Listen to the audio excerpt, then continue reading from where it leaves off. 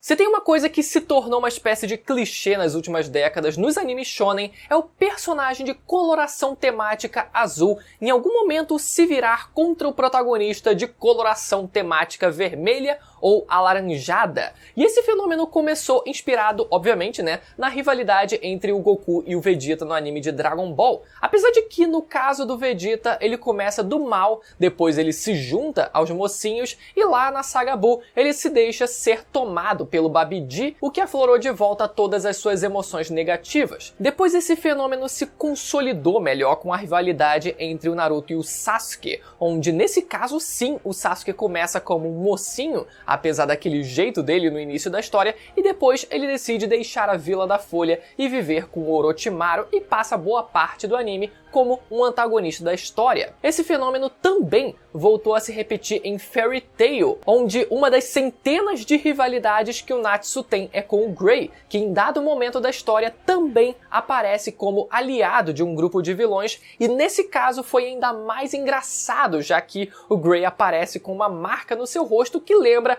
claramente a marca da maldição do Sasuke. A diferença é que nesse caso o Grey era apenas um infiltrado na organização, e é aqui que a gente chega finalmente no caso do Ishida, também um personagem de temática azul e rival do Ichigo, que termina a temporada da Guerra dos Mil Anos tendo se juntado ao exército Quincy e ficado ao lado do Yhwach. Mas por que o Ishida fez isso? Será que a raça Quincy dele falou mais alto dentro dele e ele decidiu que precisa defender a sua raça acima de tudo? Ou ele decidiu se infiltrar no exército inimigo para acabar com ele por dentro? E acima de tudo, por que o Rei Quincy confiaria nele? E por que o Ishida foi o escolhido do Rei Quincy para ser o seu sucessor? Vamos conversar sobre isso nesse vídeo, não antes de lembrar vocês sempre da playlist de Bleach aqui do canal, recheado de vídeo bacana como esse aqui. A primeira temporada pode ter acabado, mas os vídeos aqui não, então já lembra de conferir a sua inscrição aqui no canal e se o sininho também tá ativado para sempre saber quando tiver vídeo novo de Bleach aqui no canal, beleza? Vamos lá, galera. A gente viu como toda a aparição repentina dos Quincy's mexeu muito com o Ishida. A princípio, todo mundo achava que os Quincy's tinham sido exterminados pelos Shinigamis lá 200 anos atrás, enquanto os Shinigamis acreditavam que era necessário purificar os Hollows para que suas almas fossem para a Soul Society e isso mantivesse o equilíbrio entre os mundos. Os Quincy's acreditavam que os Hollows precisavam ser exterminados de qualquer maneira, e para evitar o colapso entre os mundos, os Quincy's foram perseguidos e mortos pelos Shinigamis, onde apenas alguns conseguiram sobreviver, que foi o caso da família do Ishida. Mas de repente, tudo que o Ishida acreditava caiu por terra com a aparição do Rei Quincy e todo o seu exército. E isso levou o Ishida a tentar entender tudo o que aconteceu 1000 anos atrás. Mas ao mesmo tempo em que o Ishida surge na história com o propósito de vingar a sua raça das mãos dos Shinigamis e restaurar o seu clã, ele passou boa parte dos arcos lutando ao lado justamente de um Shinigami que era o Ichigo. Bom, depois a gente descobre que o Ichigo era bem mais do que só um Shinigami, Mas o ponto aqui é sobre o Ishida. Só que apesar do Ishida ter tido uma introdução de muito impacto, eu acho, na história quando ele apareceu no primeiro arco, nos arcos seguintes o personagem ele foi perdendo cada vez mais importância e sendo resumido apenas a mais um aliado do Ichigo para ter uma luta qualquer durante o arco. Não que as lutas fossem necessariamente ruins, apesar de também não terem sido tão marcantes, pelo menos a contra o Mayuri, eu acho que talvez tenha sido a mais marcante de todas. É só que elas não serviam mais para desenvolver o personagem, e foi essa falta de atenção por parte do Kubo que fez muita gente passar a se desinteressar por ele. Fora que o Ishida, infelizmente, também nunca foi um poço de carisma, convenhamos. Mas se tem uma coisa que todos esses anos serviram ao personagem de alguma forma, foi fazer com que o Ishida criasse um laço com um Shinigami, que era o Ichigo, e ter lutado ao lado de vários outros Shinigamis também, até que finalmente, com a aparição do Rei Quincy chegando e exterminando um monte de Shinigamis, isso fizesse com que o Ishida percebesse que essa dualidade de bem e mal entre Quincy's e Shinigamis nunca foi tão simples assim, e isso levanta novamente todo o plot central que o Ishida trouxe como personagem quando ele apareceu pela primeira vez, deixando ele agora no impasse. Ficar ao lado da sua raça, que ele sempre quis defender, ou ficar do lado dos seus amigos que foram atacados, justamente por membros da sua própria raça.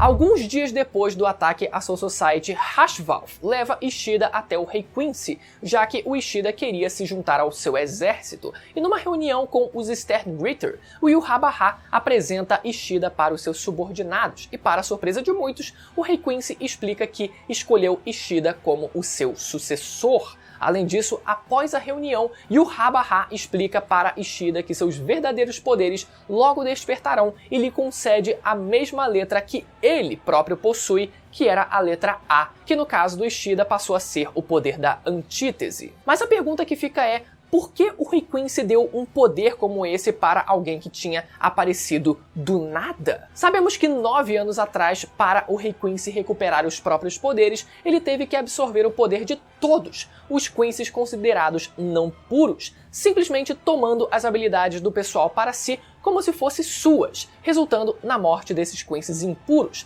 E no meio desse pessoal impuro estava a mãe do Ishida, que acabou morrendo assim que teve o seu poder tomado. E de todos os Quincy's que tiveram seus poderes tomados, nenhum ficou vivo basicamente, exceto uma pessoa. Um Quincy que não era puro sangue e que ainda por cima não teve o seu poder tomado, que foi o Ishida. E foi justamente por esse motivo que o Rei Quincy decidiu acolher e tornar o Ishida o seu sucessor. O Ishida até chega a perguntar isso pessoalmente pro Rei Quincy, né? Porque, de acordo com ele, não fazia sentido nenhum o Rei Quincy nomear como sucessor alguém que tinha aparecido completamente do nada, já que aquilo só causaria discórdia entre os demais subordinados do exército. E é nessa hora que o Yhwach começa a falar que ele fica feliz por ver que seus subordinados não são um bando de idiotas que aceitam qualquer coisa sem pensar. Mas, de acordo com ele, eles não estavam sendo prudentes o suficiente, porque se eles parassem para pensar, iam perceber que 9 anos atrás, quando ele começou a tomar o poder de todos os Quincy's não puros,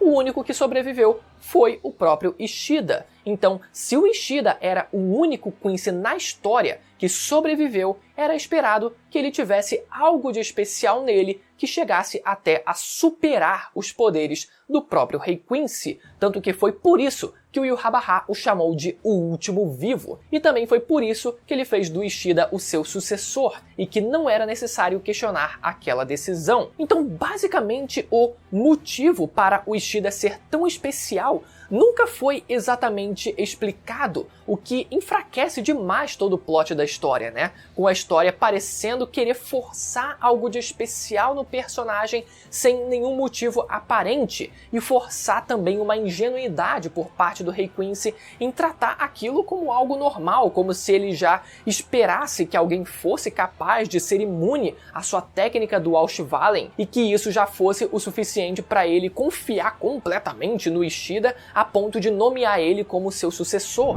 E quanto ao fato dele ter se juntado ao exército Quincy, existem dois principais motivos. Primeiro, para poder ajudar os seus amigos de dentro da toca do inimigo. Era óbvio que o Ishida nunca iria trair o Ichigo e os seus amigos com quem ele criou aqueles laços durante todos aqueles arcos. E segundo, para se vingar pela sua mãe, que acabou sendo morta durante o Auschwallen por ser uma Quincy de sangue impuro, o que serviu para o Rei Quincy reunir um exército composto somente de Quincy's verdadeiros, o que denota inclusive toda uma prática eugenista por parte do Yhwach e faz os Quincy's parecerem ainda mais com a Alemanha nazista. As referências inclusive são claras, né? Tanto pela forma como eles falam, usando vários termos em alemão, e até as suas vestimentas, né? Que lembram também ali boa parte do exército nazista. Só que na prática o Rei Quincy pode tomar o poder de qualquer Quincy independente do sangue ser puro ou não. E ele faz realmente isso durante o arco final, né? Mostrando que ele não se importa com raça nenhuma, mas só com o próprio poder. Ele só fez essa seleção de Quincy's puros para ele fortalecer o exército dele ali no médio prazo, e depois, quando ele não precisasse mais, tomar o poder de volta para ele, centralizar todo o poder nele próprio. Então o Ishida, conseguindo se infiltrar no exército dele, ele poderia conquistar a confiança e ficar perto o suficiente para poder matar o Rei Quincy. Claro que durante esse processo ele teve que entrar no papel de inimigo dos Shinigamis e precisa até enfrentar os próprios Shinigamis e até chega a atirar na Yoruichi pelas costas e chega também a lutar contra o próprio Ichigo, né? Uma cena bacana essa. Mas quando ele finalmente se vira contra os Quincy's, ele acaba falhando em eliminar o Rei Quincy, mas no fim ele pelo menos consegue derrotar o Jugran,